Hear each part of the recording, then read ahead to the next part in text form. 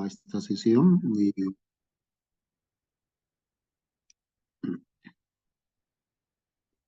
Buenas noches. Vamos entonces a compartir ahí. Este es un tema muy técnico. Está vinculado a los principios que generalmente se trabajan cuando se está laborando en una empresa.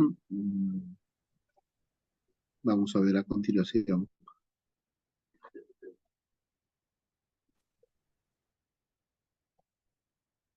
los principales aspectos relativos a estos principios que tenemos que tener en cuenta en la gestión de las empresas. Un momento, por favor.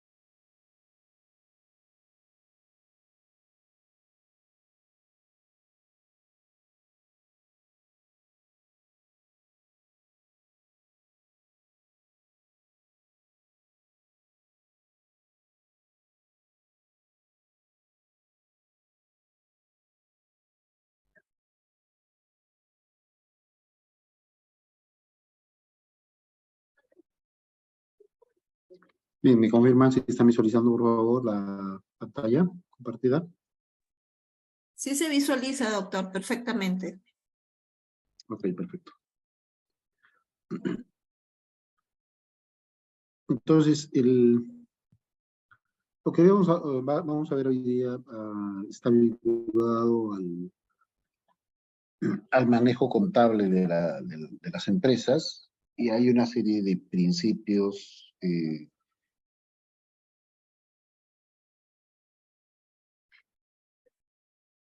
que se cumplen en estas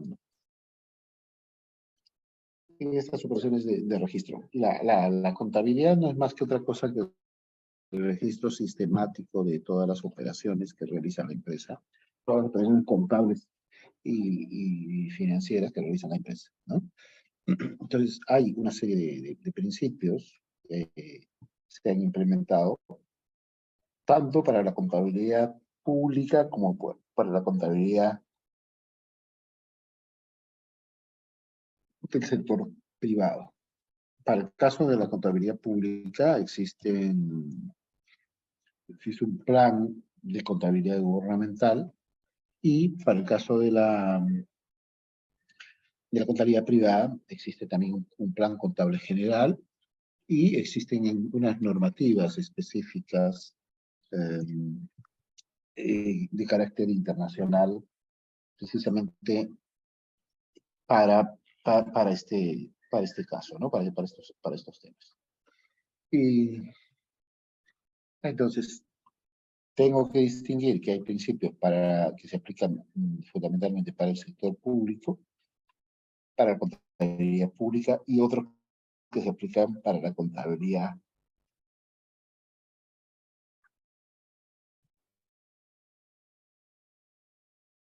del sector privado. Estos son dos elementos diferenciados. Entonces, ahora vamos a ver estos principios de contabilidad bajo esta perspectiva. Entonces, tenemos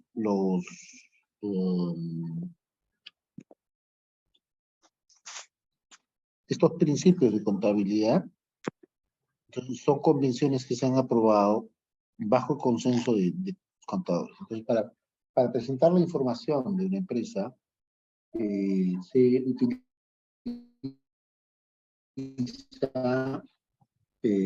la guía de la preparación e interpretación de los estados financieros,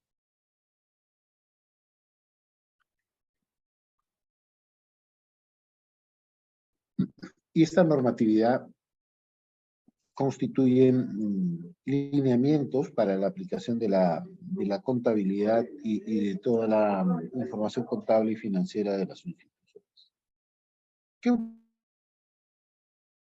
ocurría antes? Antes de la implementación de esto, podías forma de manejo del registro de la información que no seguía un patrón, no seguía un patrón uniforme, no seguía un patrón único, entonces encontrabas divergencias. Y antes de la implementación de una contabilidad única y el plan contable gubernamental, encontrabas que la forma de llevar la contabilidad era diferente, ¿no? Entonces, esto ha sido un tema a tener en cuenta.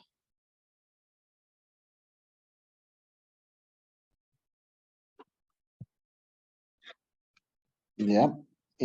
Vamos ahora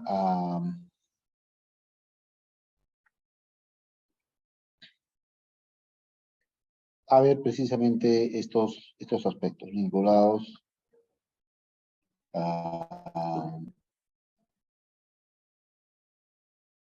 a los principios que se aplican ahora de forma general para todos, ¿no? ¿Ok?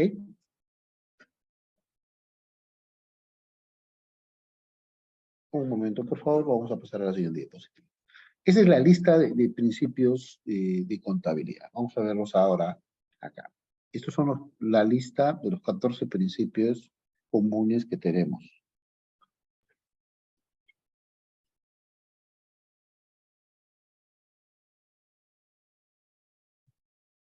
Tenemos la equidad, partida doble, ente, bien económico, moneda común denominador, empresa en marcha, evaluación al costo, periodo, devengado, objetividad, realización, prudencia, uniformidad y significación o importancia relativa. Estos son los principales principios de contabilidad. Vamos a ver ahora a continuación en qué consiste cada uno de estos principios y cómo se aplica. ¿Listo? ¿Me confirma si ve la siguiente, la diapositiva actual, por favor? Sí En se ve, esta doctor. tenemos, ya, en una empresa, el principio de equidad significa que la participación en las acciones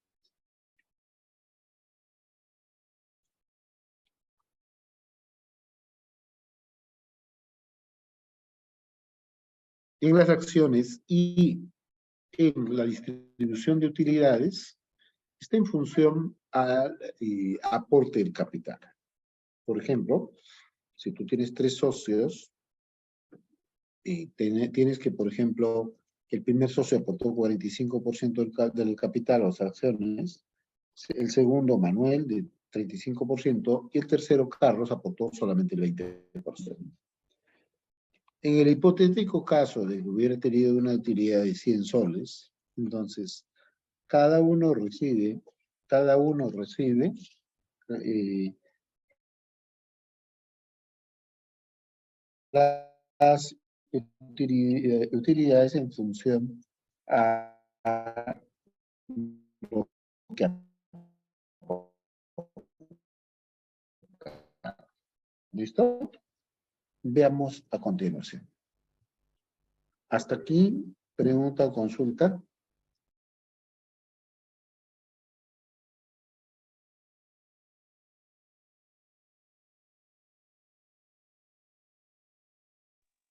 Todavía, doctor.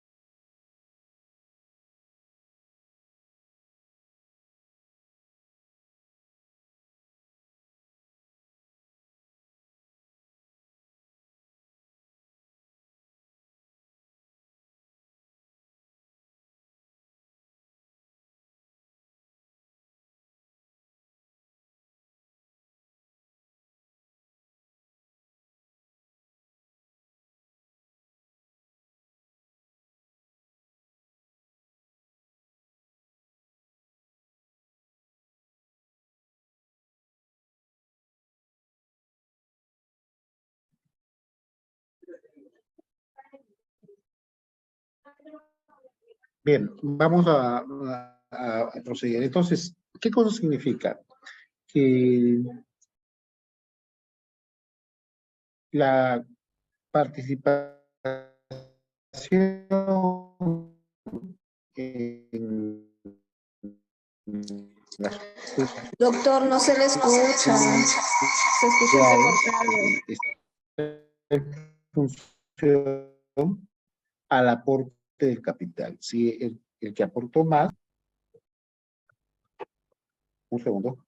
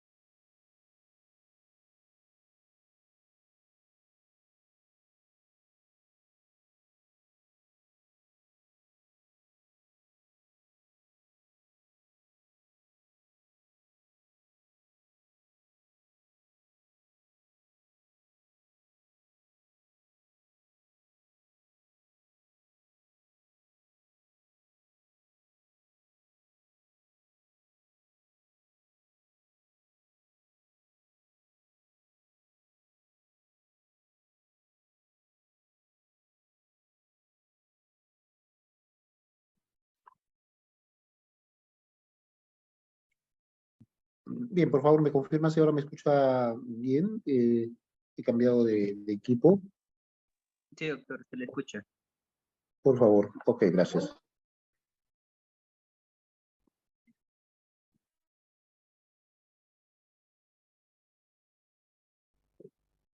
Bien, entonces, tenemos este primer principio que nos indica que en función vamos a tener participación en la utilidad. Esto se cumple fundamentalmente en las sociedades anónimas. Va a haber diferentes tipos de aporte. Personas que aporten en dinero, o pueden haber personas que aporten en bienes. Este aporte puede ser diferente. Algunos pueden aportar más, otros pueden aportar menos lo que pasa en una sociedad anónima. Hay otros tipos de sociedades a la forma de constitución, pero la lógica sigue la misma regla, que la participación en las utilidades de la empresa va a estar en función al tipo de aporte, al monto de aporte que hayan tenido. Eso es en esencia, entonces eso es en esencia lo que tenemos bajo este principio. Ahora, pregunta por favor, ¿ustedes saben los tipos de empresas que hay y las formas como se pueden constituir, por ejemplo? Sino para también darles las pautas y sobre todo dar esta información. Si pudiera detallar, doctor, de manera rápida nada más.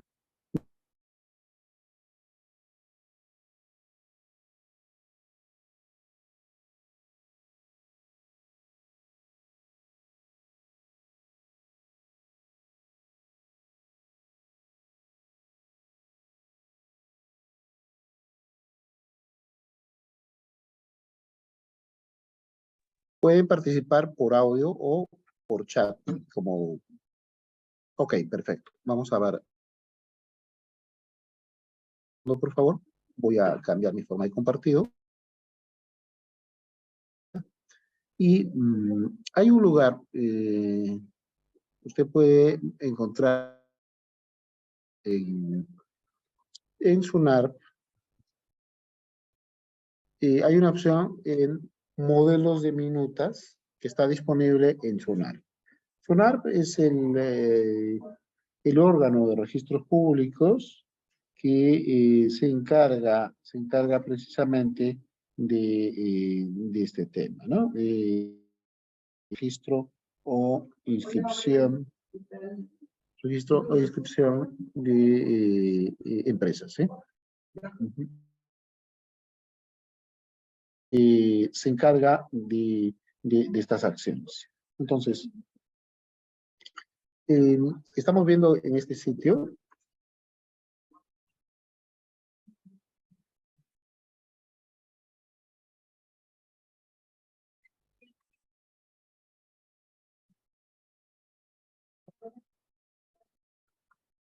bien, entonces vamos a la opción de Sunar, digo, en Sunar,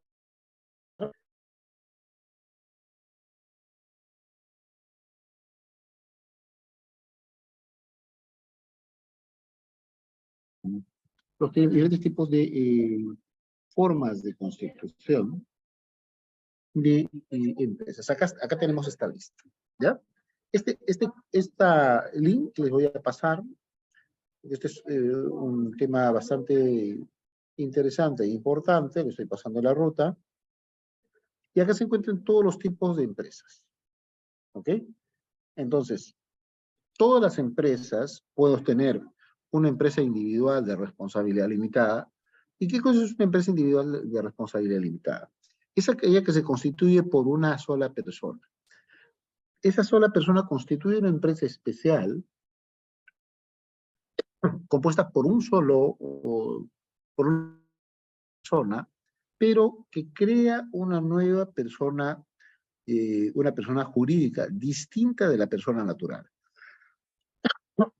Entonces, yo puedo constituir, yo no tengo socios, yo quiero ser solamente mi persona, y creo esta empresa bajo esta forma, la forma de empresa individual de responsabilidad limitada.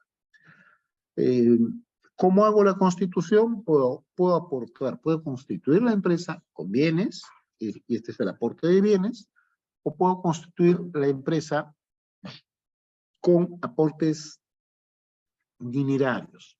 O sea, son dos elementos para constitución. El aporte de bienes, en este caso hago una declaración jurada de los bienes que estoy aportando, y eso lo registro en el documento, o en dinero. Por ejemplo, voy a constituir mi empresa. Ya, esta empresa va a tener un capital de 5.000 soles. Entonces, tengo que aperturar una cuenta, primero hacer todos los trámites, luego aperturar una cuenta a nombre de la empresa, y una vez que he aperturado la cuenta, tengo que depositar o pagar el capital que me he comprometido en la misma. ¿Ya? Aquí, ¿cuántas personas han constituido la empresa? Una sola. Por eso es empresa individual de responsabilidad limitada. Es una sola persona que crea una persona jurídica con una sola persona. ¿Ok? Entonces, si le dicen que van a constituir una empresa con una sola persona, y esa persona va a ser una persona jurídica, estamos hablando de la empresa individual de responsabilidad limitada, conocida como EIRL. Luego, tenemos también otras formas, las formas societarias, que estamos acá en la lista, ¿ya? La que hemos visto es la sociedad anónima. Por favor, descarguen estos formatos para poder revisarlos. ¿Listo?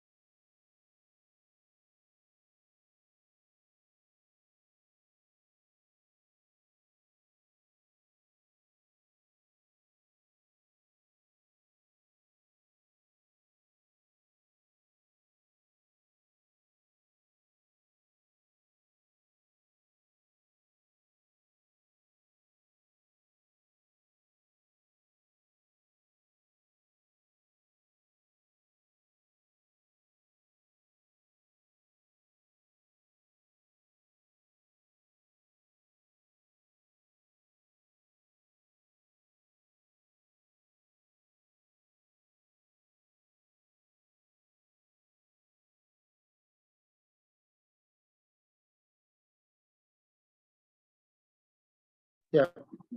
Bien, ¿lograron descargar, por favor? ¿Lograron descargar los formatos? Como ven, acá está la lista completa. Todos. Sociedad anónima cerrada, y también sociedad comercial de responsabilidad limitada. Todas las formas están allí, ¿no?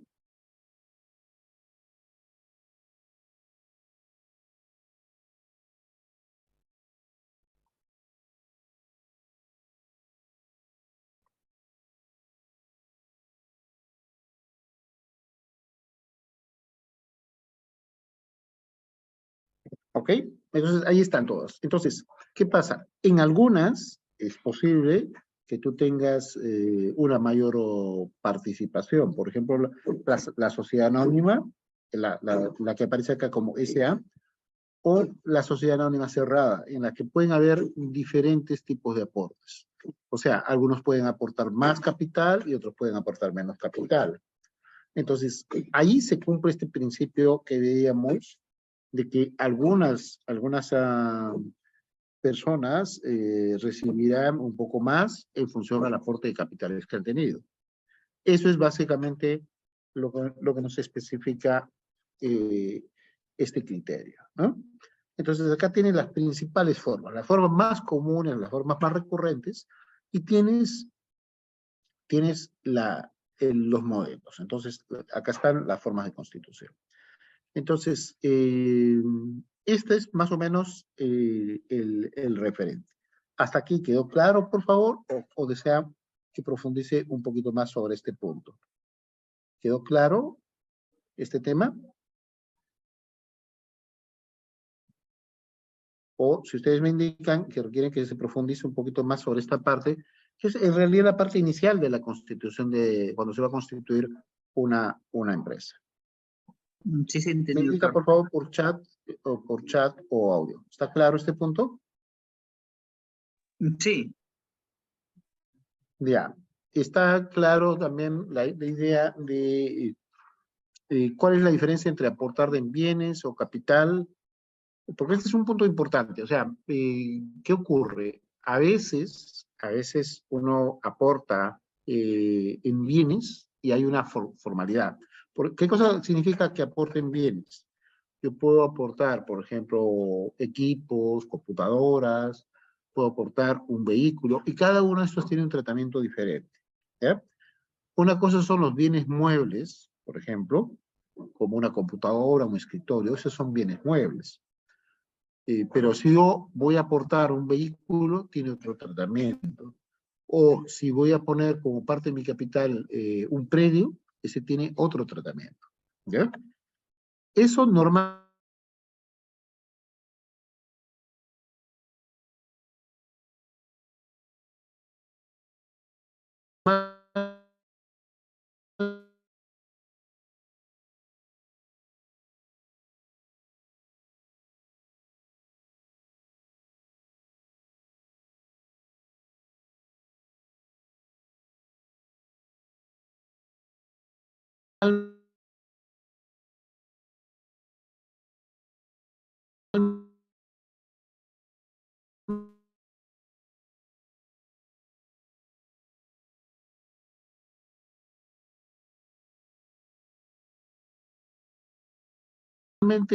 es el primer.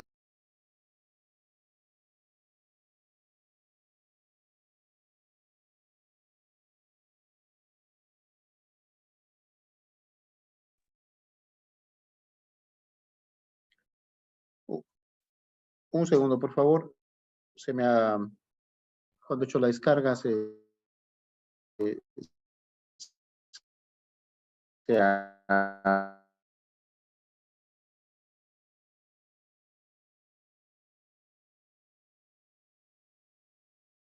quitado el compartido que tenía. Voy a abrir ahora. Un segundo, por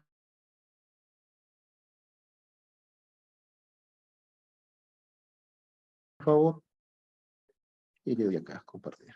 Fíjate, minuta, acá se ponen los datos de las personas que están constituyendo la empresa.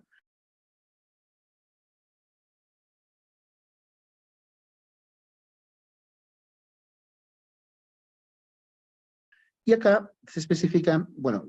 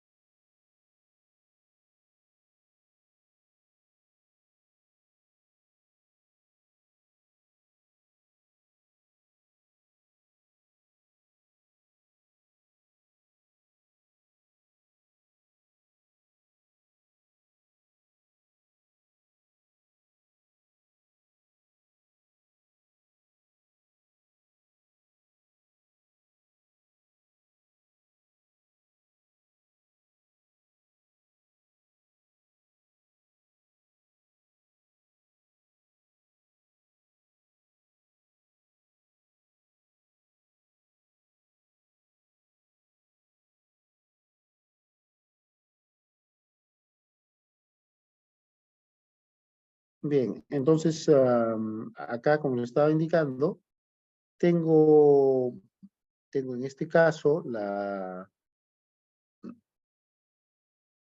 el documento, y ahí en este documento se va a encontrar cuáles son los aportes que ha hecho cada miembro de la empresa, o cada socio o miembro de la empresa.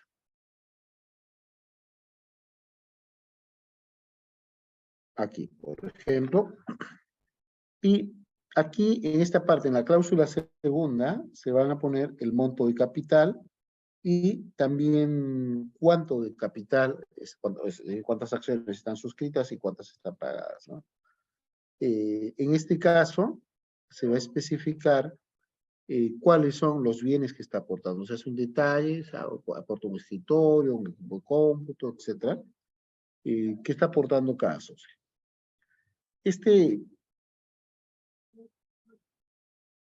Más o menos va así. Este es un informe valorado de bienes que ahí indica el socio 1 está aportando tal cosa. Se pone el bien, la mercadería, por ejemplo, un escritorio de melamine de color marrón, con 2 cajoneras, y el bien valorado, se pone el monto del bien, se pone normalmente a lo que costaría en el valor de mercado. Por ejemplo, si el mueble está a 300 soles, acá le añado 300 soles. Y así. Todos los bienes que está aportando, y eso es el sustento del capital que está aportando y pagando. ¿Ya? Lo mismo se hace del socio 2. Este es el mismo modelo. Se especifica el bien, por ejemplo, un monitor de 17 pulgadas, cuál es el monto o valor del bien, y así. ¿Ok? Y bueno, esto se ejecuta bajo esa forma, luego se ponen los estatutos y otros detalles. Pero esto que se está haciendo, que es el aporte de capitales, es normalmente el primer asiento contable. O sea, la primera operación de registro es el aporte que están haciendo los socios. Es lo primero que va en todas las empresas. ¿Ya? Este es aquí tienes el modelo de minuta. Y bueno, vamos ahora a salir de esta opción. ¿Ok?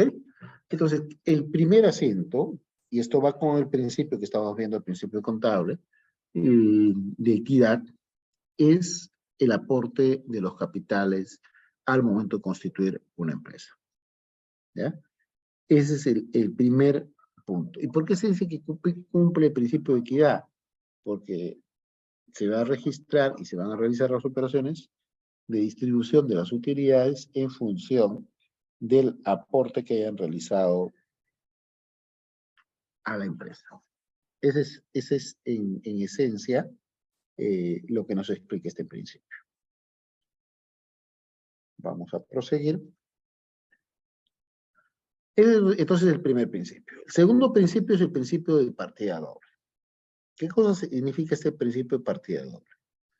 Que la contabilidad es dual, es un método contable a partir del cual se registra el debe con el haber.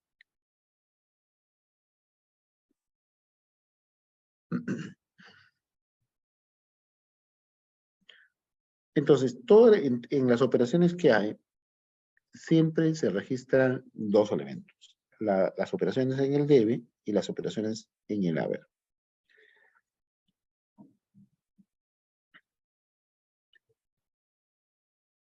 Vamos a insertar una nueva para poder comprender este principio.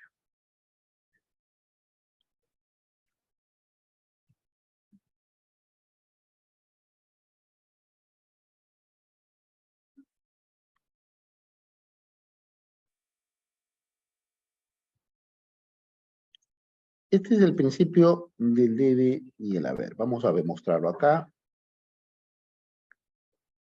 Entonces,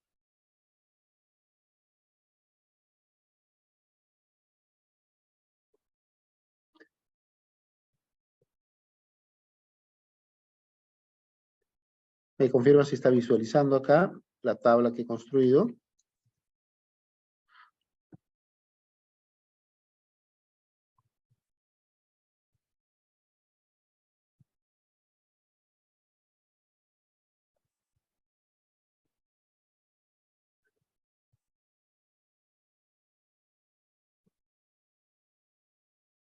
Entonces yo tengo acá dos elementos, el principio del debe, elementos del debe y elementos en el haber. ¿Ok? Tengo elementos en el debe. Toda operación contable tiene dos componentes, el componente en el debe y el componente en el haber.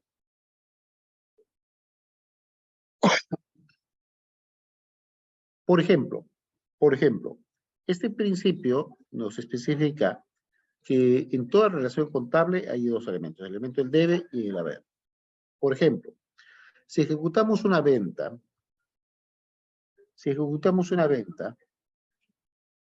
van a haber dos partes en la venta, ¿cierto? Por un lado, nuestra empresa que está vendiendo y por otro lado, el cliente que está comprando. Pregunta. Cuando hago una operación de venta en mi empresa, ¿qué cosa ingresa y qué cosa egresa de la empresa?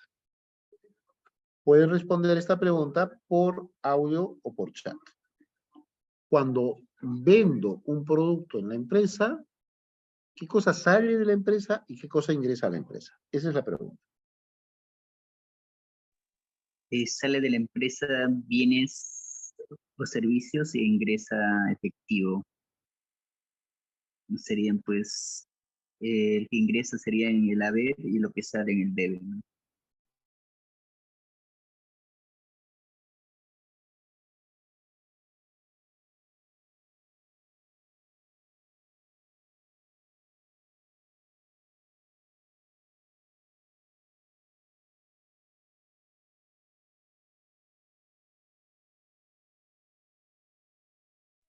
Sí, efectivamente. Entonces, tendríamos, bajo este principio, tendríamos efectivamente que, por un lado tenemos, por ejemplo, por un lado tenemos la mercadería y por otro lado tenemos, si quisiésemos simplificar, veríamos acá, por un lado la mercadería y por otro lado estaría el dinero. ¿Ok? O el efectivo. En este caso, ¿qué cosa sería lo que entra y qué cosas sale? ¿Dónde va la mercadería? ¿Va en el debe o en el haber la mercadería? ¿Dónde iría? Estoy vendiendo. Esta es una venta. Vamos a poner acá grande. Vamos a poner grande en una operación de venta. ¿Listo? ¿Cuál sería la operación? ¿Cuál sería la operación en una venta? Estoy La vendiendo. mercadería sería debe y el dinero que ingresa sería haber, ¿no? Efectivamente, la mercadería sale, ¿cierto? Y el dinero que ingresa entra al haber. Claro, más o menos así sería, ¿cierto? Esa sería la idea. O sea, está ingresando dinero o efectivo.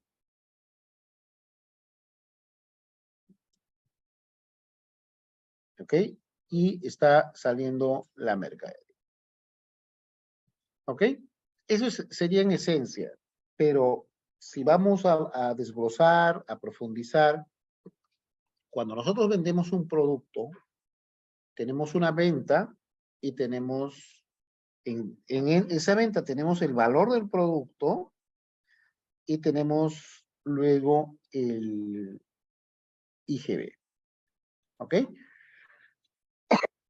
Esto tiene que estar claro porque cuando hacemos una operación de venta, nosotros vendemos y van a haber productos que están grabados con el IGB. Entonces significa que al valor del bien le grabo el impuesto general a las ventas del 18% y el producto que tiene un valor, si por ejemplo tiene un valor de 100 soles, al aplicarle el 18%, el IGB sería 18 soles y en total estaría pagando 118 soles. ¿Ya? Esa operación, ese desglose, se tiene que registrar para que se vea claramente reflejada esa operación. ¿Ya? ¿Y por qué esto es importante? ¿Por qué este tema tendría que tomarlo necesariamente? ¿Ya? ¿Cuál sería la razón para que necesariamente tenga que ver este elemento?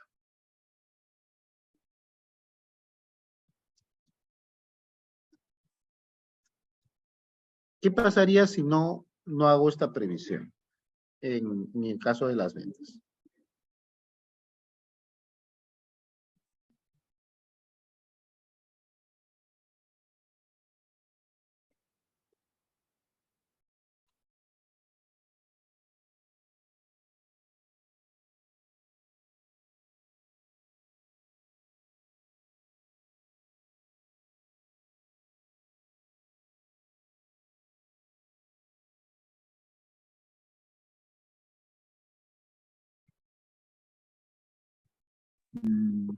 ¿Habría un desbalance? Sí, efectivamente. Mire, vamos a completar la operación. No sé si la están viendo acá. Cuando sale la mercadería tiene un valor. ¿Ok? Esta mercadería, vamos a poner acá un cuadro para poder entenderlo mejor. La mercadería tiene un valor. Este valor es por ejemplo, 100 soles. Si la mercadería vale 100 soles, si eso es lo que está saliendo, voy a tener que de esta mercadería voy a tener que aplicarle el impuesto. ¿Ya? A ver acá.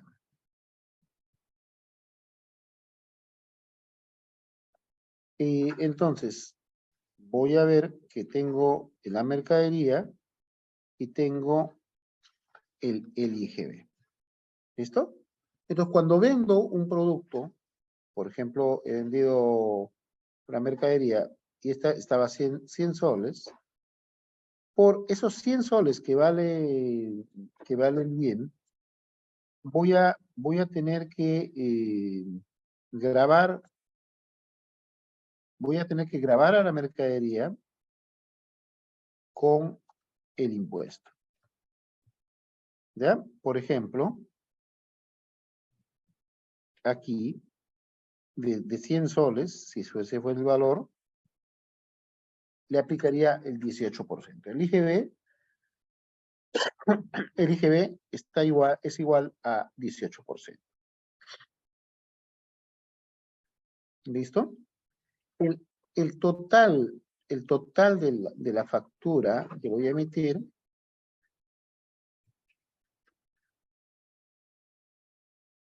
¿aló? El total sería igual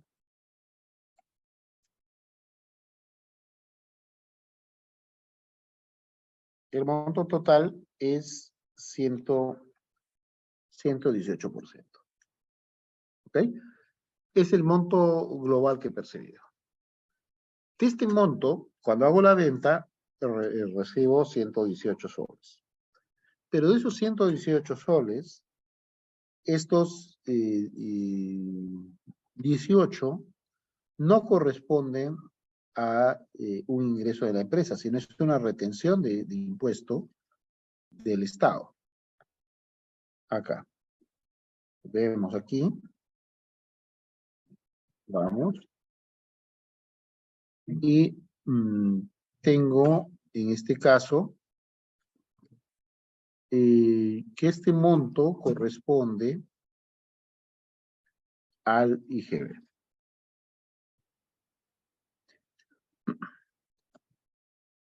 ¿Ok? Entonces, cuando digo sale la mercadería, tengo que considerar que en esta venta que estoy efectuando, hay un componente que corresponde al valor de la mercadería y hay otro que corresponde al valor del impuesto a la renta. ¿Ok? Entonces, si por un lado, si bien estoy haciendo referencia a la salida de mercadería, y cuando sale la mercadería, pero voy a tener un ingreso de efectivo, y ese dinero en efectivo que está ingresando tiene un desglose, un porcentaje que corresponde a la mercadería y otro porcentaje que corresponde al IGB, al Impuesto General a las Ventas. ¿Cuál es el problema cuando no se toma esta previsión? Hay un desbalance, entonces no aplico el impuesto general a las ventas, y ahí, o pienso que todos los 118 soles corresponden a la venta del bien, pero me olvido de que tengo que pagar un monto en específico. ¿Ya? Eso es más o menos el desbalance. Entonces, ¿qué pasa? Si yo pienso que todo el dinero en realidad es por la venta del bien y gasto ese dinero, voy a tener un problema para poder sufragar los tributos al Estado, ¿no? Por eso esto siempre se hace hincapié, ¿eh? Entonces, aquí tengo el concepto de partida doble en el caso de una compra. Cuando yo aporto los bienes del capital, por ejemplo, ya viendo desde el punto de vista de la empresa sale una acción e ingresa los bienes, si yo aporto en bien. Y si yo aporto en dinero, ingresa dinero en efectivo, si yo hago el aporte como capital dinerario, ¿no? Es más o menos el referente. Bien, vamos a pasar al siguiente. Hasta aquí, preguntas, consultas, por favor, ¿está claro? ¿Me confirman? Sí, está bien, doctor.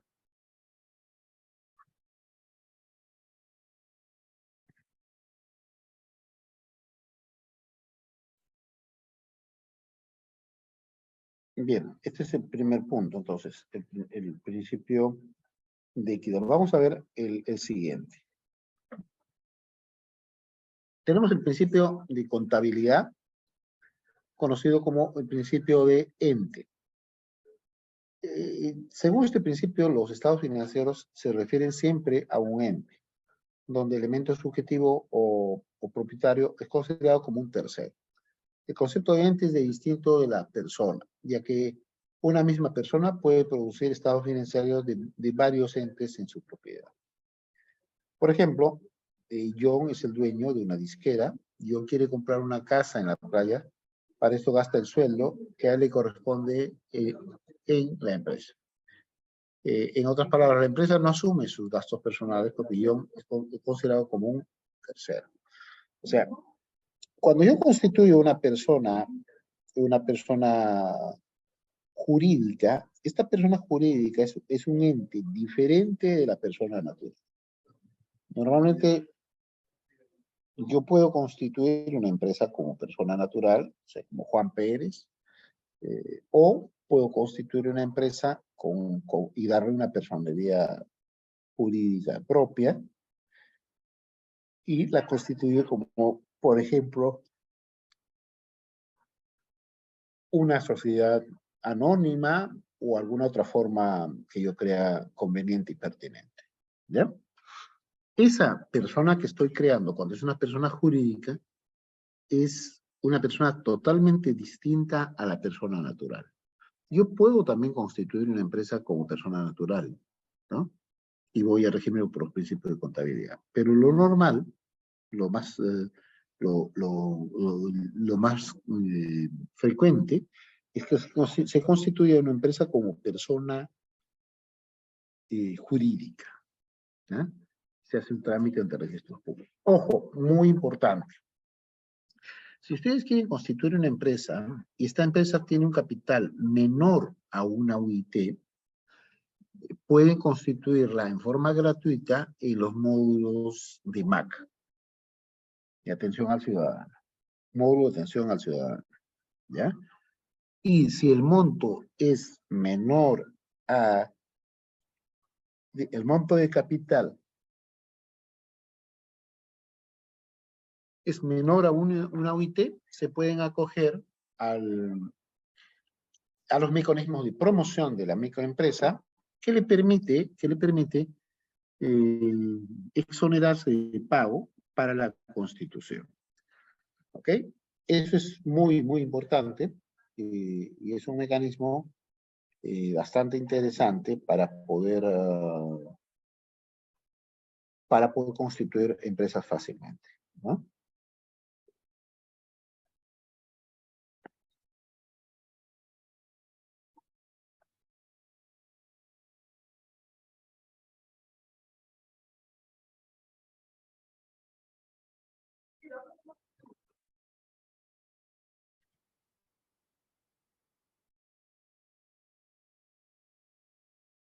Hasta aquí, preguntas, consultas, por favor.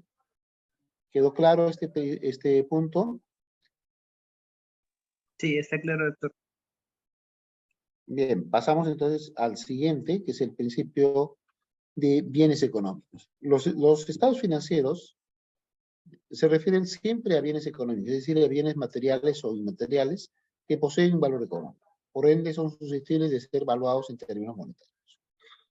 Por ejemplo, a ver, nosotros tenemos,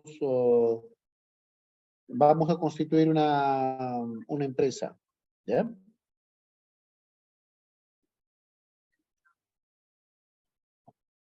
Vamos a constituir una empresa y esta empresa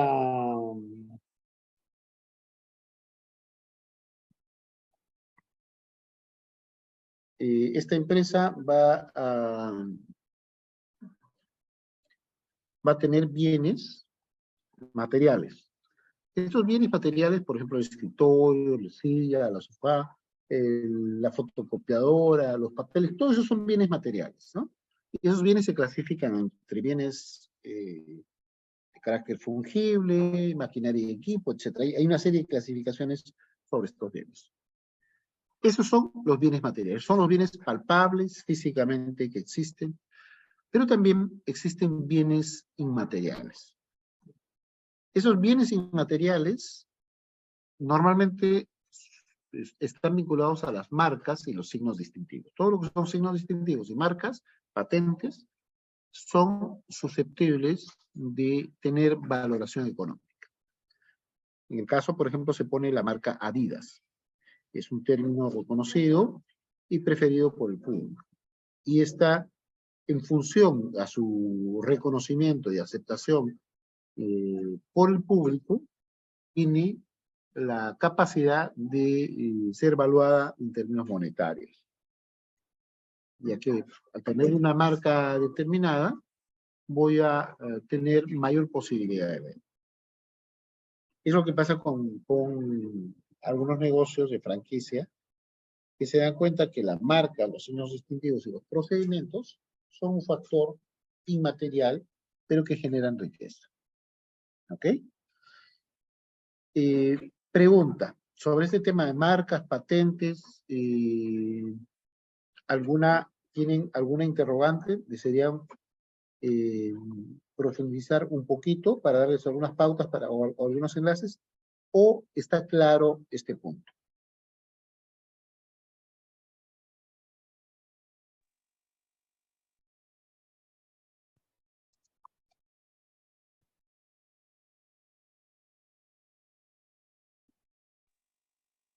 Doctor, si podría dar algunos alcances generales, si fuera posible, ¿no?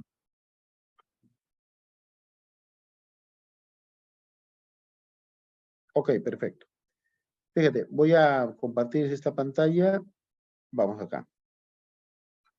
Mira, este es un tema sumamente importante. Las marcas también son susceptibles de la revisión económica. Cuando tú constituyes una empresa, puedes constituir, se convierte en un intangible, perdón, en un bien inmaterial, las marcas, por ejemplo, las licencias, las patentes. Todo eso tiene capacidad de ser susceptible de una valoración económica. Tener una marca registrada se convierte en un activo intangible, ¿no? Por ejemplo, aquí, en este sitio, tú tienes la información para ejecutar la búsqueda. Acá tienes, te voy a poner la ruta. Ustedes tienen la opción para verificar unas marcas. Acá, este es el portal de Indecopy, y en este portal pueden hacer el registro de una marca. Puedes, primero, aprender a registrar tu marca. Tienes el primer icono que está aquí, este. Luego puedes identificar la clase o categoría. Todas las marcas se registran en base a clases o categorías, que es la segunda opción.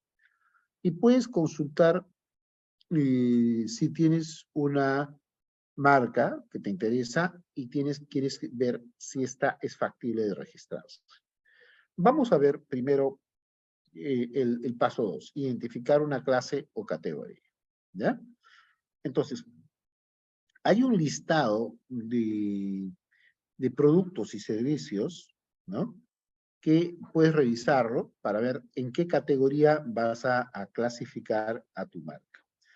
Tenemos acá, por este listado, que está aquí definido, y tienes un listado de categoría de bienes. Por ejemplo, aquí podemos ver, por ejemplo, la clase 20. Voy a buscar la clase 20, ¿ya? Por ejemplo.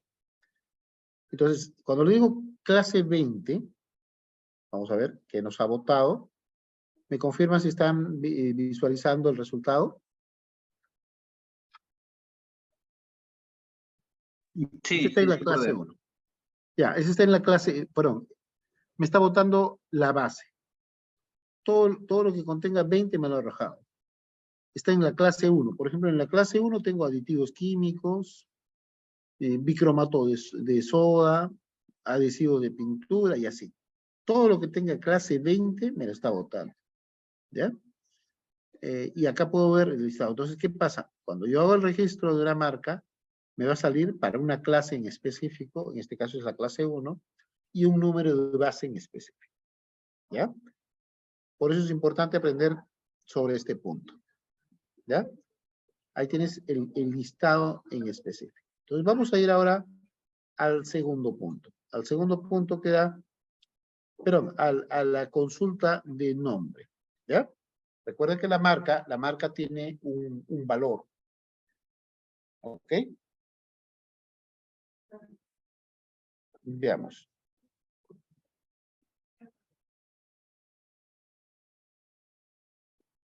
Voy a hacer una búsqueda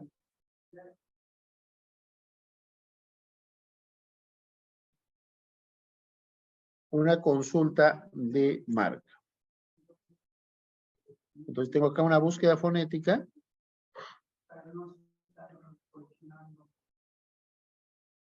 Tengo, por ejemplo, voy a poner mi documento de identidad.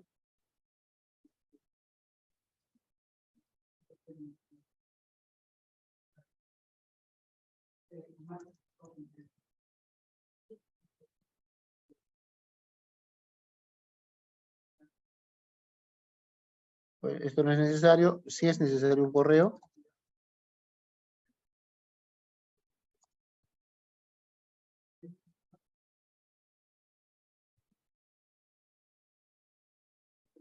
Y pido hacer una búsqueda fonética.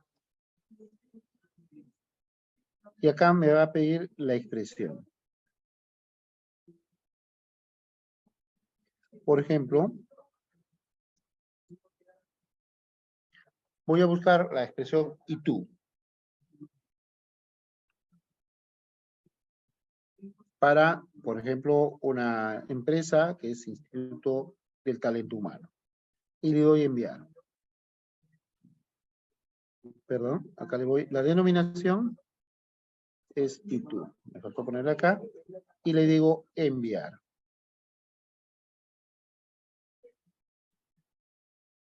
Acá tengo que poner la clase. Le voy a poner la clase 1 y la clase 2.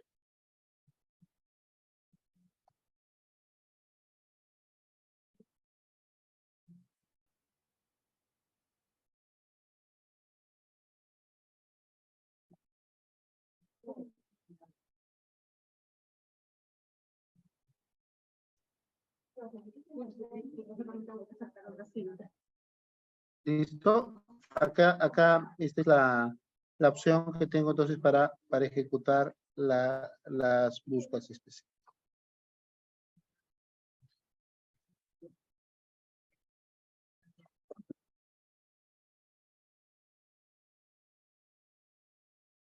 Bien, este es el proceso para poder identificar una marca, para poder verificar la marca y para poder hacer el registro. ¿Ok? Entonces les voy a enviar la ruta para que ustedes lo puedan ejecutar. Ahora, una marca normalmente, una vez que está registrada, tiene una posibilidad de valoración económica. Un segundo.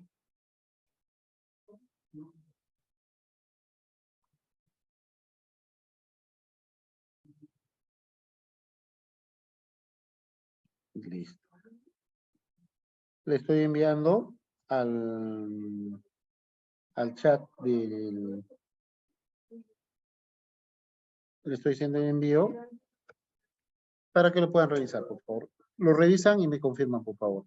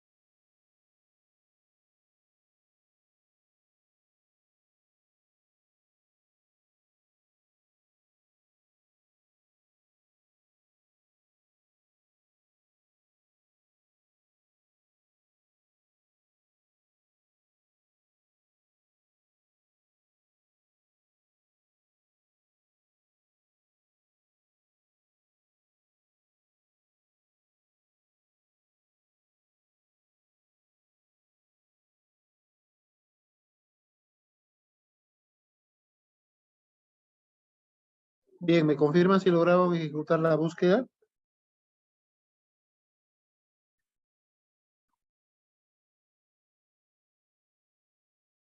Para que puedan hacer una búsqueda en específico, también pueden utilizar esta otra ruta que no les pide, lo otro ya es para cuando quieras hacer registros, ¿no? Esta segunda ruta, que es busca tu marca, te permite visualizar si las marcas que tú quieres registrar se encuentran o no inscritas en Indeco.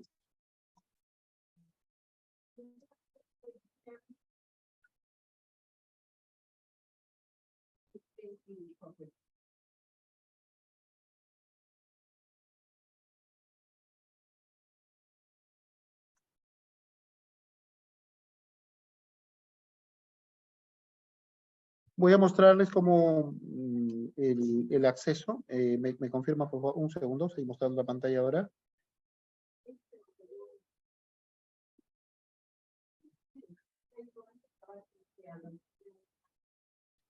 Este es, por ejemplo, el sistema de búsqueda de marcas.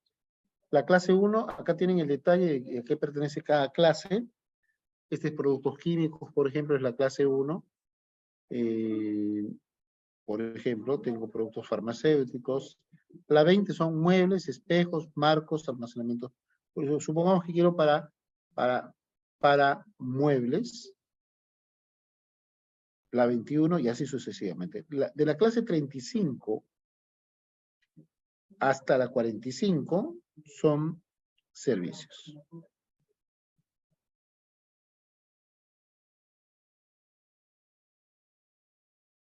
Por ejemplo, el 41, que es lo que me interesa, es una clase que está vinculada a los servicios.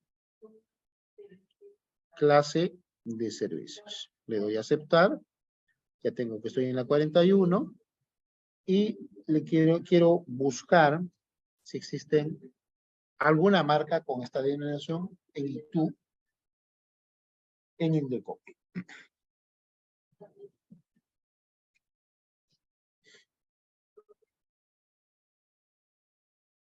Demora un poco y se ejecuta la búsqueda respectiva.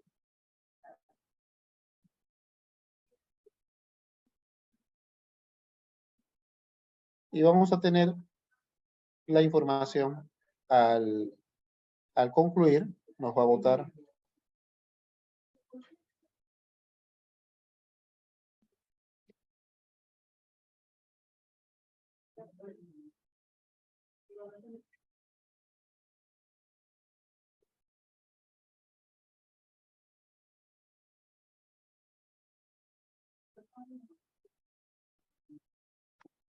bien. Entonces verifico que hacia la parte inferior voy a tener los resultados. Acá está.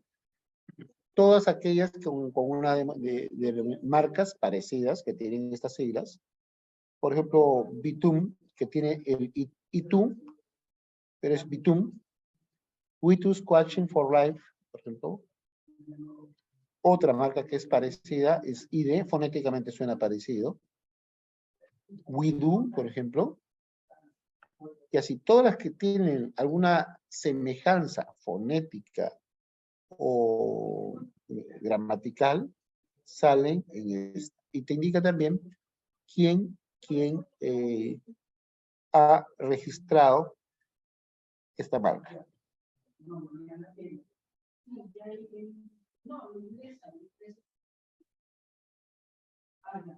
Y tienes la marca como imagen y tienes también la descripción del signo. Ya sea, observa acá hacia el lado derecho la marca.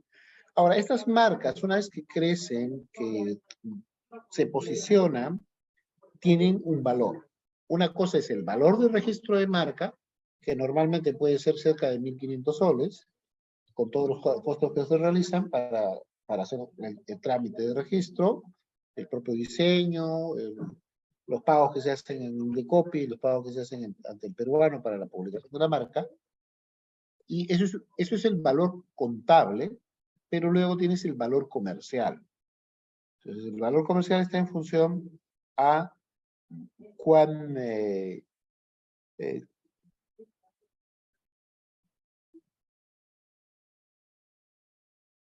reconocida sea la marca, ¿no? Por ejemplo, esta marca Aduni, que es acá, lo ha registrado el Instituto de Ciencias y Humanidades, Aduni.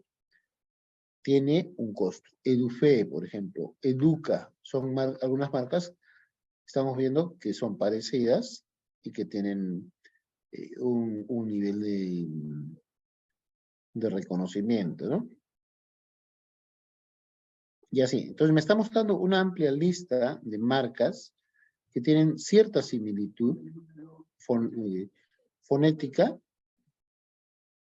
y que habría que revisar al momento de hacer un registro, ¿no? Por ejemplo, hay una serie de marcas que están acá en el campo de servicios registrados, ¿no?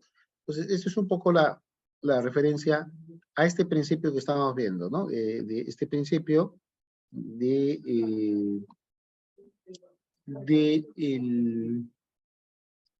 tener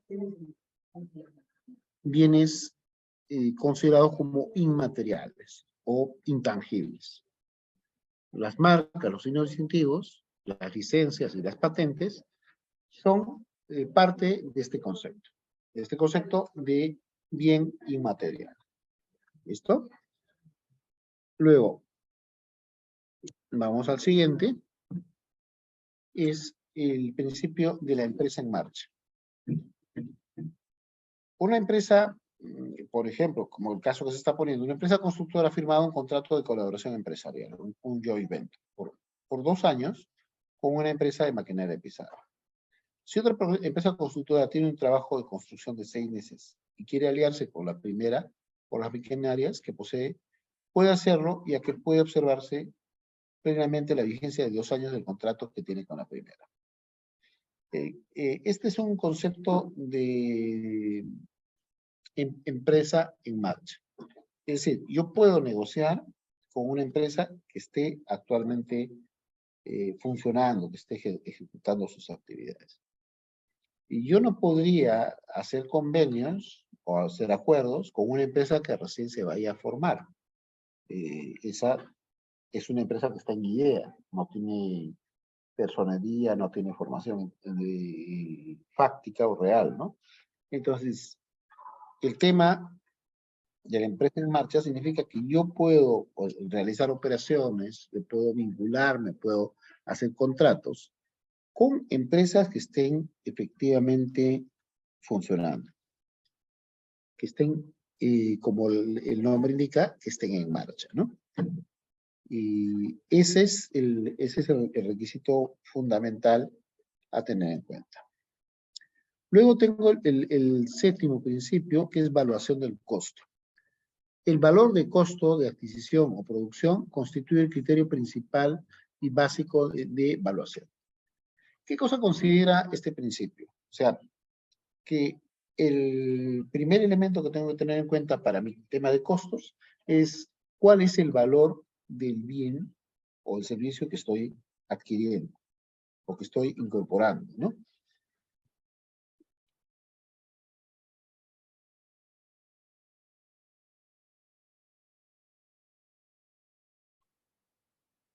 Este valor del costo es el que se toma en cuenta para los estados financieros de la empresa.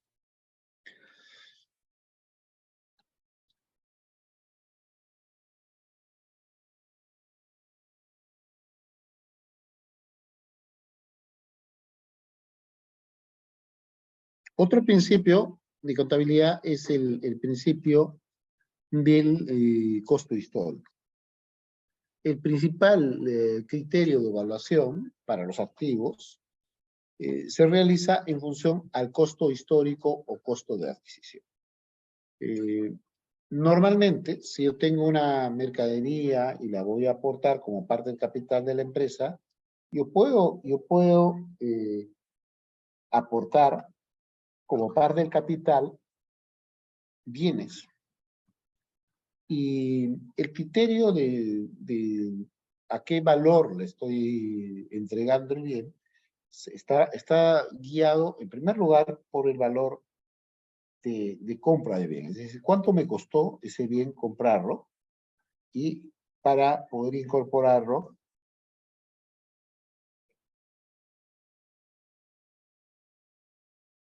como parte del capital de la empresa.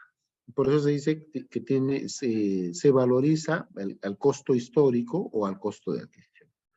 Voy a aportar este escritorio o esta computadora. Entonces, lo primero que pienso es, ¿cuánto me ha costado este equipo? ¿Cuánto me ha costado este mueble? Y a ese valor, a ese precio, lo aportaré a la empresa. Entonces, para establecer este costo debe tomarse en cuenta los gastos de transporte y fijación para su funcionamiento. Es decir, ojo, acá hay otro valor importante. Te dice, no solamente es cuánto te costó el bien, sino cuánto te costó trasladarlo e instalarlo. Yo compro una maquinaria, o compro un equipo, y ese equipo tengo que comprarlo, pero luego lo tengo que trasladar y ubicar en el lugar donde está la empresa.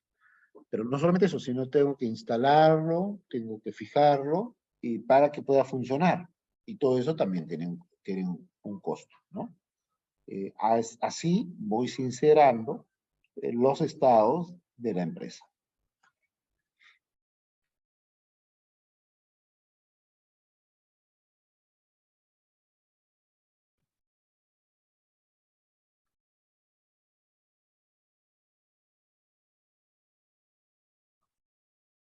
¿Listo? El siguiente principio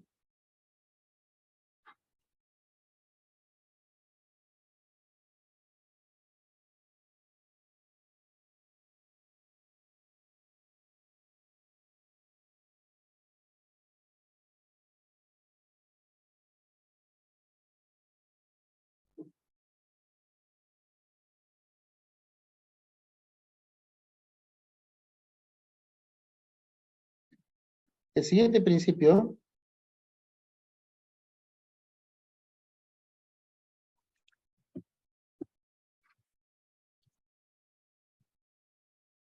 está vinculado al, por ejemplo, vamos a ver el siguiente punto, es el de evaluación.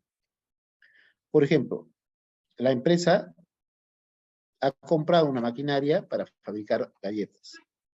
Esta maquinaria le ha costado $3,000. La han traído de Estados Unidos y han pagado en transporte $1,200.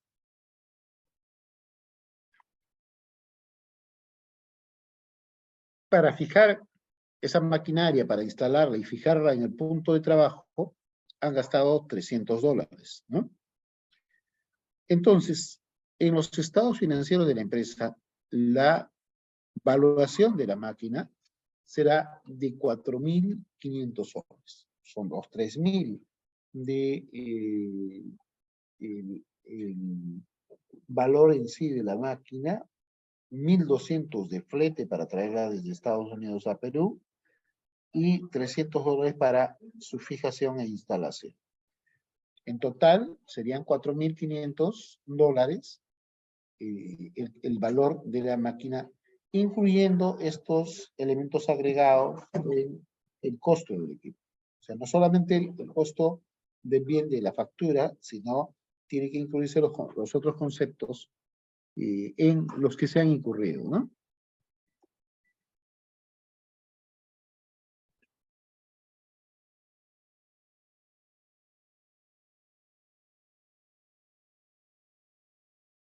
El siguiente principio es el principio de periodo.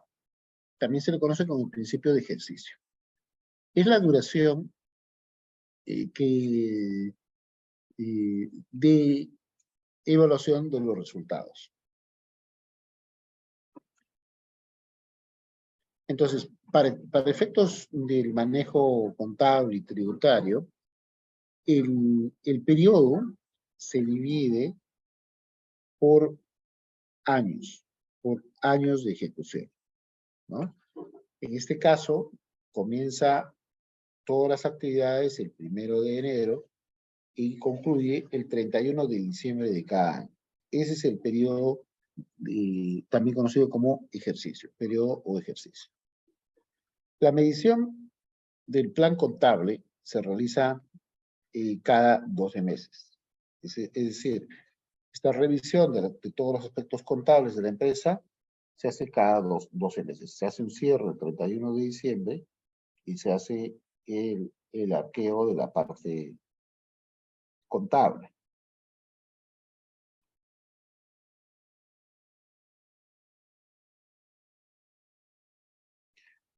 Y el siguiente principio es el principio del devengado.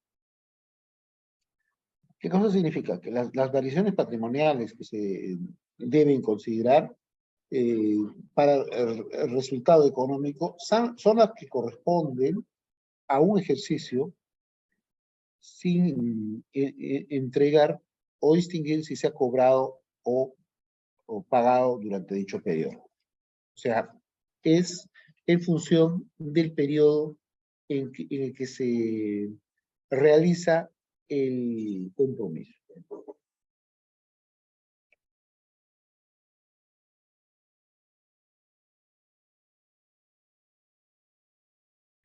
¿Qué cosa quiere decir esto? Vamos a poner en sencillo. Es decir, por ejemplo, el consumo de agua del mes de enero, el recibo llega en febrero. Y este recibo que me lleva en el recibo del mes de enero, que me llega en febrero, lo pago en febrero. Sin embargo, la contabilización corresponde al mes de enero. ¿Ya? Porque se está siguiendo el principio de lo devengado. Todos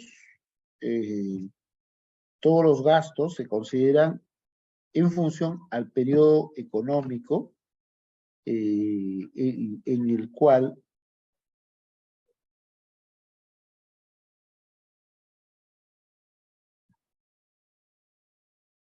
le corresponde, ¿no? Si el gasto corresponde al servicio de agua del mes de febrero, o del mes de enero, perdón, y lo pago en febrero, independientemente de cuándo ha sido el pago, estoy considerando como un gasto que corresponde al mes de enero. ¿Ok?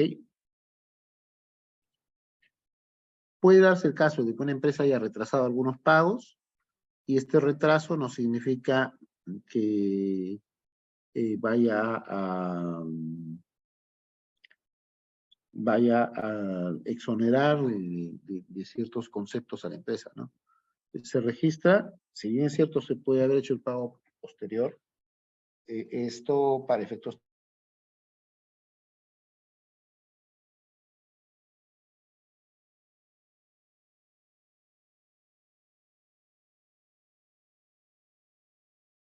le corresponde al periodo, por ejemplo, cuando ustedes están realizando trabajos en instituciones, le van a pagar un monto,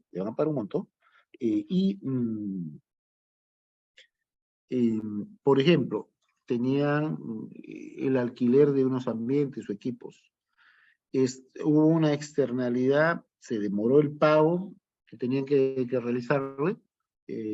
Era, por ejemplo, para entenderlo más claro, el pago correspondía al mes de noviembre del año 2022, por ejemplo. La empresa se demoró, se retrasó y recién hizo el pago en enero. Ojo, ese pago que lo realiza en enero corresponde en realidad al mes de noviembre del año anterior. Y por lo tanto, como le corresponde a noviembre del mes anterior, entonces, por lo tanto, si ese pago se ha efectuado, para efectos contables y tributarios, debe ceñirse a los aspectos de tributación y contabilidad del periodo anterior, del año 2022. A veces, por desconocimiento, las personas no saben cuál es el tratamiento contable y un pago que corresponde a un servicio prestado en un mes anterior, por ejemplo, que se está pagando con retraso, también tienen implicancias en la parte de los tributos y de los impuestos. ¿Ya? El 10º principio es la objetividad. Los cambios en los activos y los pasivos y en las expresiones contables del patrimonio neto se deben efectuar y reconocer formalmente en los registros contables, tan pronto como sea posible, y medirlos objetivamente y expresar esta medida en términos monetarios. ¿Ya? Entonces, esto es ahora algo que se realiza casi en forma inmediata. ¿Ya? Hoy día existe la obligatoriedad de que todas las operaciones se realicen mediante el pago de comprobantes electrónicos. Antes tenías que tú hacer el registro de la información. Hoy día eso se ejecuta de forma, se realiza de forma automatizada, ¿no? ¿Por qué? Si yo emito una factura o una boleta de venta, y lo hago, se hace electrónicamente y queda registrado en el sistema. Si yo ejecuto una compra de algún bien y se emite una factura y esta factura es emitida en forma electrónica, entonces esta operación actualmente se realiza en forma automática. El sistema que ha implementado la emisión electrónica de la SUNAT se integra automáticamente. ¿Ya? Y bueno, tenemos el principio también de contabilidad. Se compran, por ejemplo, si el día 28, 29 de agosto del 2014 se compran acciones, sin embargo, al finalizar el mes de octubre, las acciones solo valen 8.000, pero se espera que al terminar el año cuesten 12.000, por lo tanto debe tener un registro objetivo y se debe hacer algunos ajustes a la contabilidad y registrarlo a tiempo, ¿no? Cualquier cambio que pueda haber a estas variaciones del valor de los bienes en función al tiempo es algo a tener en cuenta, ¿no? Hay que realizar, por eso, el registro objetivo y hacer algunos ajustes de la contabilidad y registrarlos a tiempo. Ese es el principio que hemos visto. Vamos a ver ahora, un segundo.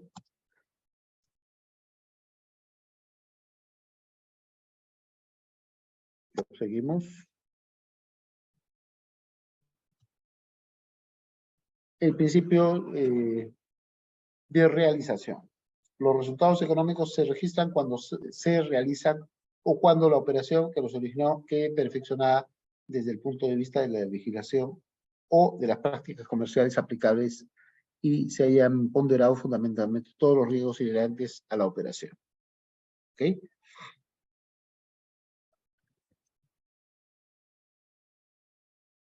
Aquí tenemos dos conceptos, el concepto de devengado y el concepto de realizado. Recuerden, el devengado es cuando surge la obligación. Por ejemplo, yo había pactado una reparación de ambientes en noviembre y ya se ejecuta, se haya el compromiso de la ejecución. Eso es el concepto de devengado. Pero por algunos motivos X, esto se retrasó y recién se inició en febrero del 2024, por decirlo. Recién se ejecuta en ese periodo.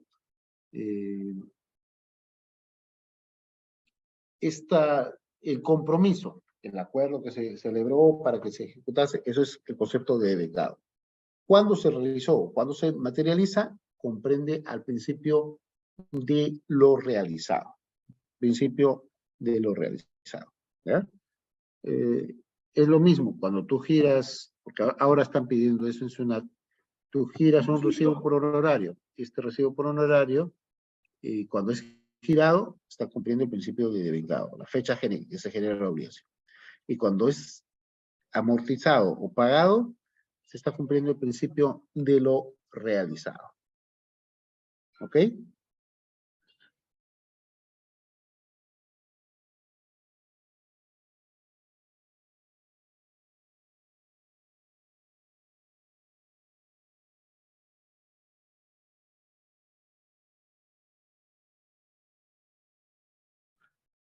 Bien.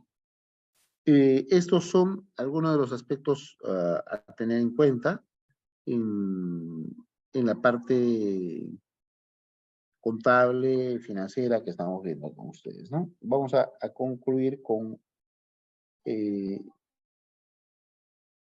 un principio más. Un segundo, me confirman si lo visualizan, por favor. Ahora sí, vamos a concluir con este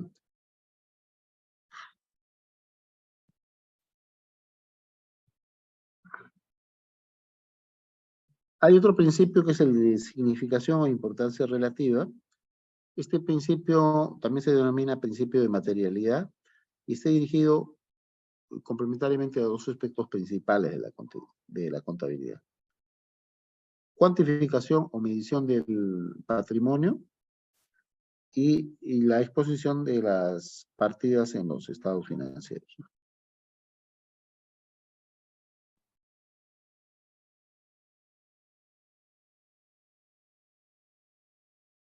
Y la significación o importancia relativa es un principio que establece que las transacciones de poco valor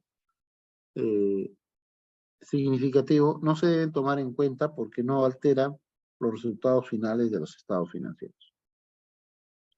Por ejemplo, una empresa no va a contabilizar en sus estados financieros cuántos tornillos ha utilizado para fijar las máquinas dentro de su fábrica. Eso es algo que puede resultar insignificante, ¿no? O sea, hay cosas que no se van a... Se registra aquellas cosas que sean relevantes o importantes, pero a veces se cae en el error de querer poner todo al detalle con excesiva precisión. Y lo que haces es llegar a situaciones un poco ridículas en cuanto a registro de información contable que va en tus documentos de los estados financieros, ¿no? Hay que ver qué cosa realmente, qué cosa le corresponde y qué cosa estás poniendo en exceso porque no tiene relevancia en el significado. ¿Ok? Eso es más o menos una panorámica, y quería mostrar una panorámica de algunos aspectos fundamentales de estas acciones de registro de operaciones. ¿Ok? Muchísimas gracias a todos por su participación. No sé si hubiese alguna consulta o pregunta, por favor.